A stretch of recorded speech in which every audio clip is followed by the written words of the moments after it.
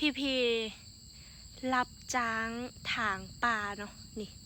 ถางสวนยางแบบนี้นี่ป่าหกแบบนี้อยู่ประเทศไทยมื้อหนึ่งเท่าใดคอมเมนต์มาบอกน้องขวัญแน่อยู่บ้านน้องขวัญเนาะมื้อหนึ่ง150,000ถ้าเป็นเงินไทยก็ประมาณ280นี่ตัดหญ้าสวนแบบนี้พี่คอมเมนต์มาบอกน้องขวัญแน่มื้อละจักบาทสวัสดีพี่FC ทางฝั่งไทยและก็ฝั่งลาวทุกคนเด้อทักทายสบายดีมื้อนี้ก็จะอยู่ในสุดที่มอมแมมแน่จักหน่อยเนาะมื้อนี้มาถางหญ้าสวนพี่นี่ถางหญ้าสวนยางเนาะก็จะเป็นสวนยางที่เพิ่นปลูกได้ประมาณ 3-4 ปีนี่แหละต้นสำนี้ใหญ่บอกพี่ถ้าว่าอย่าง4 ปีอยู่ประเทศไทยใหญ่กว่านี้บอกหรือว่าประมาณเดียวกันมาถางหญ้ามือนี้เมื่อยเนาะโหนยานพี่ถ่าเบิงคลิปก็เลยมาถ่ายคลิปให้เบิงยานบ่มีคลิปลงอากาศแบบโบแดดเด้แต่ว่าโคตรร้อนทางบ้านน้องขวัญนะบ่ฮู้ว่าทางบ้านพี่นี่เป็นจังใดกันแน่อากาศร้อนคือจังบ้านน้องขวัญบอกพี่มามื้อนี้ก็จะเอาบรรยากาศทางป่าทางสวนมาให้เบิงอดเบิงก่อนเด้อ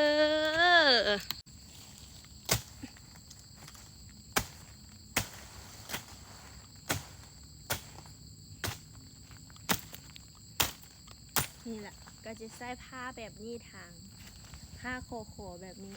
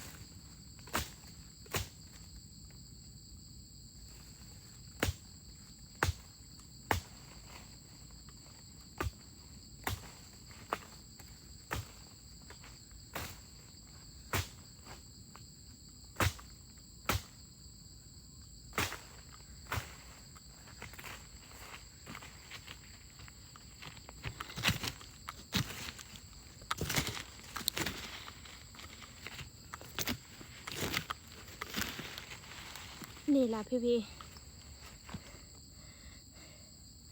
อยู่ตามบ้านนอกคอกนาเนาะตามชนบทแถวบ้านน้องขวัญเวลาเฮ็ดสวนก็จะแบบจ้างคนมาเสียหญ้าแบบนี้ล่ะ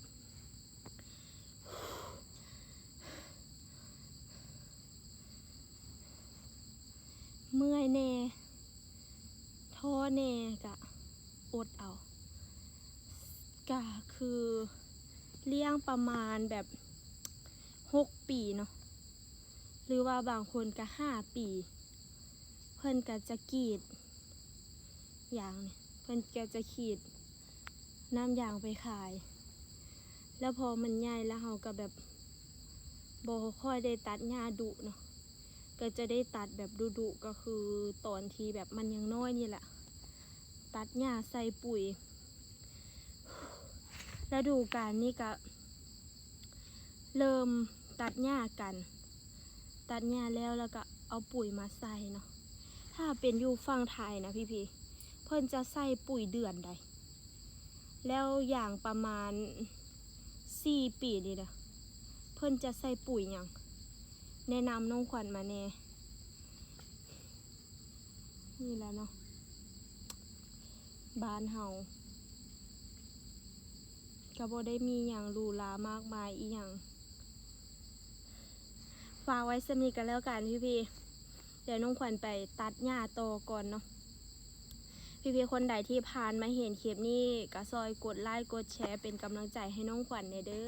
ออย่าเลือนผ่านเด้อพี่ผ่านมาเจอกันแล้วก็กดไลค์กดแชร์ให้แน่คอมเมนต์มาเป็นกำลังใจให้แน่ก็ได้ไว้เจอกันใหม่คลิปหน้าเด้อคลิปนี้น้องขวัญขอตัวลาไปตัดหญ้าก่อนบ๊ายบาย